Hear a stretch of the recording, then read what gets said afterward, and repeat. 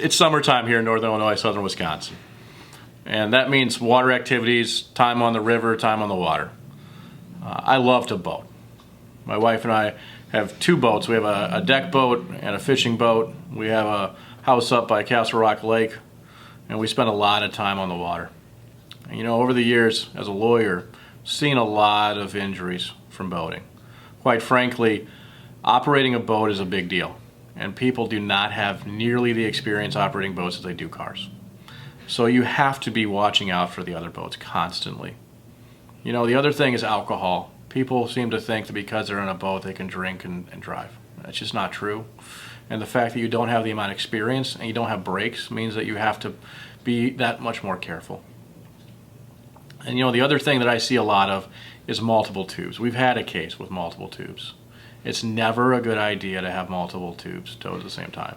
Anytime you have two ropes flying around and small children, there's a risk to serious injury and even death. You know, the other thing is that if you're on a tube or you're on skis and you fall off, you got to make sure you're seen by other boats. We have seen people ran over by boats, and it's dreadful. So as a driver, you have to watch out, and you have to be watching constantly as you're on the water. You know, the final thing I'd say is that speed. You know, speed kills. You've heard that saying, and with boats it's even more true. You don't have the reaction time to get it to stop. It's a lot easier to prevent an accident or a tragedy when you're going slower.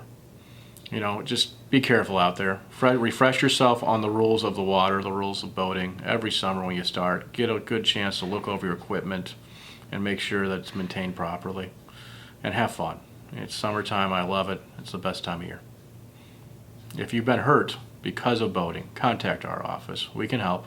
We've been helping people here in Rockford for 20 years.